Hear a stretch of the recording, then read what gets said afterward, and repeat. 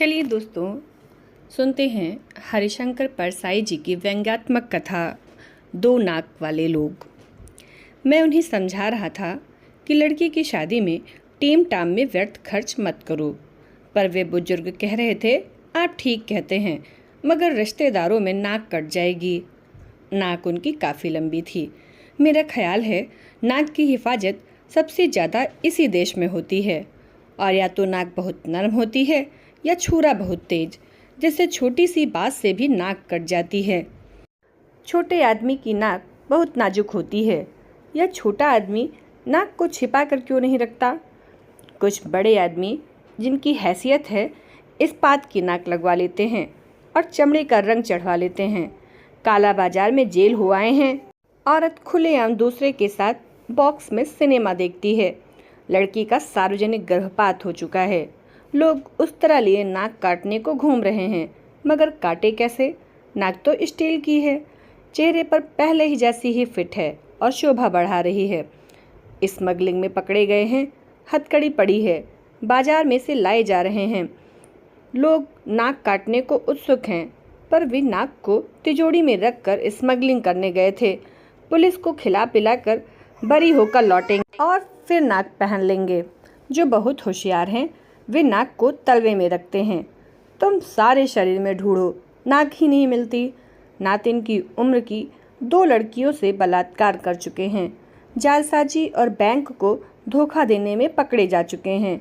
लोग नाक काटने को उतावले हैं, पर नाक मिलती ही नहीं, वह तो तलवे में है। कोई जीव शास्त्री अगर नाक की तलाश भी कर दे तो तलवे की नाक चाटने से क्या होता है? नाक तो चेहरे पर की कटे तो कुछ मतलब होता है।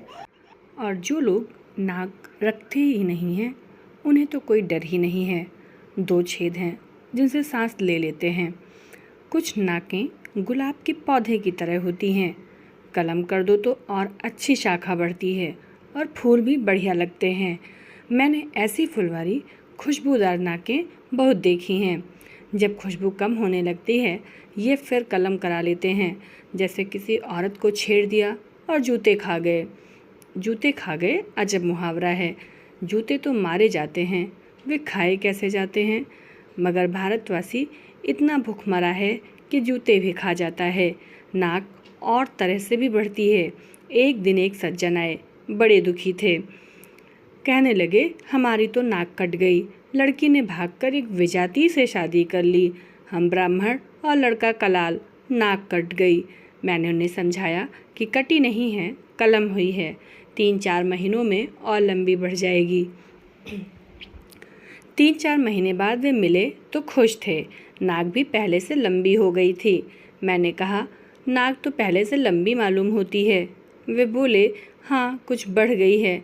काफ़ी लोग कहते हैं आपने बड़ा क्रांतिकारी काम किया। कुछ बिरादरी वाले भी कहते हैं इसलिए नाक बढ़ गई है। कुछ लोग मैंने देखे हैं जो कई साल अपने शहर की नाक रहे हैं। उनकी नाक अगर कट जाए तो सारे शहर की नाक कट जाती है।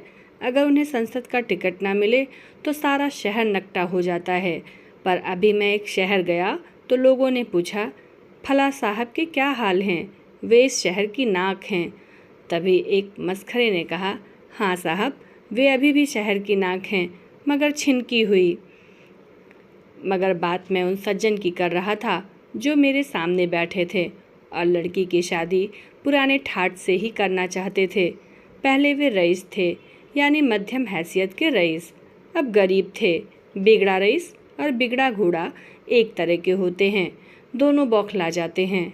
किससे उधार लेकर खा जाएं, ठिकाना नहीं। उधर बिगड़ा घोड़ा किसे कुचल दे, ठिकाना नहीं। आदमी को बिगड़े रईस और बिगड़े घोड़े दोनों से दूर रहना चाहिए। मैं भरसक कोशिश करता हूँ। मैं तो मस्ती से डोलते आते सांड को देखकर भी सड़क के किनारे की इमारत के बरामदे में चढ़ जाता हूँ। बड़े भाई साहब आ रहे हैं, इनका आदर करना चाहिए।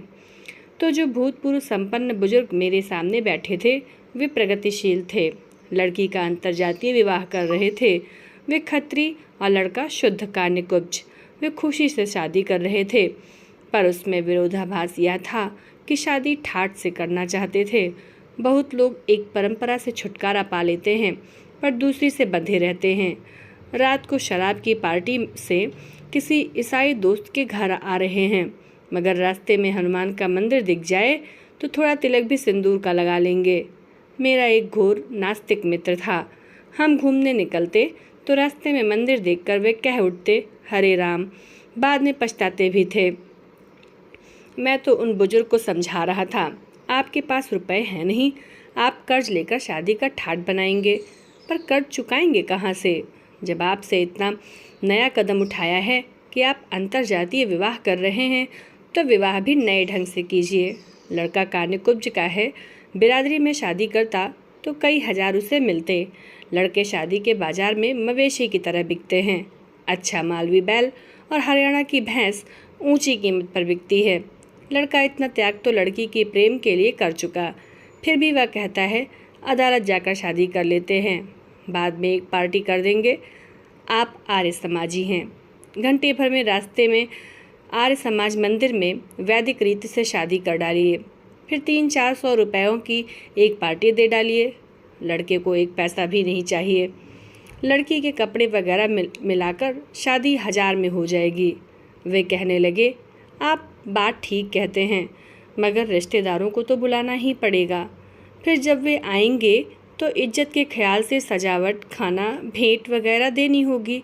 मैंने कहा, आपका यहाँ तो कोई रिश्तेदार है नहीं। वे हैं कहाँ? उन्होंने जवाब दिया, वे पंजाब में हैं।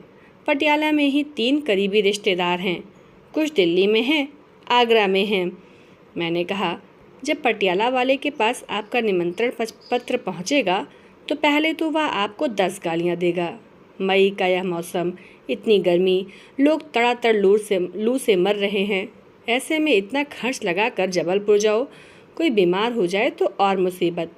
पटियाला या दिल्ली वाला आपका निमंत्रण पाकर खुश नहीं, दुखी होगा। निमंत्रण पत्र ना मिला तो वह खुश होगा और बाद में बात बनाएगा, कहेगा आजकल जी डाक की इतनी गड़बड़ी हो गई है कि निमंत्रण पत्र ही नहीं मिला, वरना ऐसा हो सकता था कि हम ना आते। मैंने फिर कहा, मैं आपसे कहता हूँ कि दूर से रिश्तेदार का निमंत्रण पत्र मुझे मिलता है तो मैं घबरा उठता हूँ। सोचता हूँ जो ब्राह्मण 11 रुपये में शनि को उतार दे, 25 रुपयों में सगोत्र विवाह करा दे, मंगली लड़की का मंगल 15 रुपयों में उठाकर शुक्र के दायरे में फेंक दे, वह लग्न सितंबर से लेकर मार्च तक सीमित क्यों नहीं कर देता? मई और जून की भयंकर गर्मी में की लगने गोल क्यों नहीं कर देता? वह कर सकता है। और फिर ईसाई और मुसलमानों में जब बिना लगन शादी होती है तो क्या वह वर वधू मर जाते हैं? 8 प्रकार के विवाहों में जो गंधर्व विवाह है वह क्या है? वह यही शादी है जो आज होने लगा है कि लड़का लड़की भागकर कहीं शादी कर लेते हैं। इधर लड़की का बाप गुस्से में पुलिस की रिपोर्ट करता है कि अमुक लड़का हमारी नाबालिग लड़की को भगा ले गया, मगर कुछ होता नहीं, क्योंकि लड़की मैट्रिक का सर्टिफिकेट साथ ले जाती है जिसमें जन्म तारीख होती है। वे कहने लगे, नहीं जी, रिश्तेदारों में नाक कट जाएगी। मैंने कहा, पटियाला से इतना किराया लगाकर नाक काटने इधर कोई नहीं आएगा, फिर पटियाला में कटी नाक को कौन इधर देखेगा? काट लें पटियाला में। वे थोड़ी देर गुमसुम बैठे रहे। मैंने कहा, देखिए जी, आप चाहें तो मैं पुरोहित हो जाता हूँ और घंटे भर में शादी करा देता हूँ। वे चौंके, कहने लगे, आपको शादी कराने की विधि आती है? मैंने कहा, हाँ, ब्राह्मण का बेटा हूँ। बुजुर्गों ने सोचा होगा कि लड़का नालायक निकल जाए और किसी काम धंधे के लायक ना रहे तो इसे कम से कम सत्यनारायण की कथा और विवाह विधि सिखा दो। ये मैं बचपन में ही सीख गया था। मैंने आगे कहा, और बात यह है कि आजकल कौन संस्कृत समझता है और पंडित क्या कह रहा है इसे भी कौन सुनता है? वे तो और अह इतना ही जानते हैं। मैं इस तरह मंगल श्लोक पढ़ दूँ तो भी कोई ध्यान नहीं देगा। Om Jack and Jill went up the hill to fetch a pail of water. Om Jack fell down and broke his crown and Jill came trembling after कुर्यात सदा मंगलम. इसे लोग वैदिक मंत्र समझेंगे। वे हंसने लगे। मैंने कहा, लड़का उत्तर प्रदेश का कान्यकुब्ज और आप पंजाब के खत्री। एक दूसरे के रिश्तेदारों को कोई नहीं जानता। आप एक सलाह मेरी मानिए, इससे कम में भी निपट जाएगा और नाक भी कटने से बच जाएगी। लड़के के पिता की मृत्यु हो चुकी है। आप घंटे भर में शादी करवा दीजिए, फिर रिश्तेदारों को चिट्ठियाँ लिखिए इधर लड़के के पिता को दिल का तेज दौरा पड़ा। डॉक्टरों ने उम्मीद छोड़ दी थी। 2-3 घंटे वे किसी तरह जी सकते थे। उन्होंने इच्छा प्रकट की कि मृत्यु के पहले ही लड़के की शादी हो जाए तो मेरी आत्मा को शांति मिल जाएगी। लिहाजा उनकी भावना को देखते हुए हमने फौरन शादी कर दी। लड़का लड़की वर वधू के रूप में उनके सामने आए, उनसे चरणों पर सिर रखें। उन्होंने इतना ही कहा, सुखी रहो, और उनके प्राण पखेरु उड़ गए। आप माफ़ करेंगे कि इसी मजबूरी के कारण हम आपको शादी में नहीं बुला सके। कौन जानता है आपके रिश्तेदारों में कि लड़के के पिता की मृत्यु कब हुई। उन्होंने सोचा, फिर बोले, तरकीब ठीक है, पर इस तरह की धोखाधड़ी मुझे पसंद नहीं। खैर, मैं उन्हें काम का आदमी लगा नहीं। दूसरे दिन मुझे बाहर जाना पड़ा। 2-3 महीने बाद लौटा तो लोगों ने बताया कि उन्होंने सामान और नगद लेकर शादी कर डाली। 3-4 दिन बाद से ही साहूकार सवेरे से तगादा करने आने लगे। रोज़ उनकी नाक थोड़ी थोड़ी कटने लगी। मैंने पूछा, अब क्या हाल है? लोग बोले, अब साहूकार आते हैं तो यह देखकर निराश लौट जाते हैं कि काटने को नाक ही नहीं बची। मैंने मजाक में कहा, साहूकारों से कह दो कि इनकी दूसरी नाक पटियाला में पूरी रखी है, वहाँ जाकर काट लो। धन्यवाद।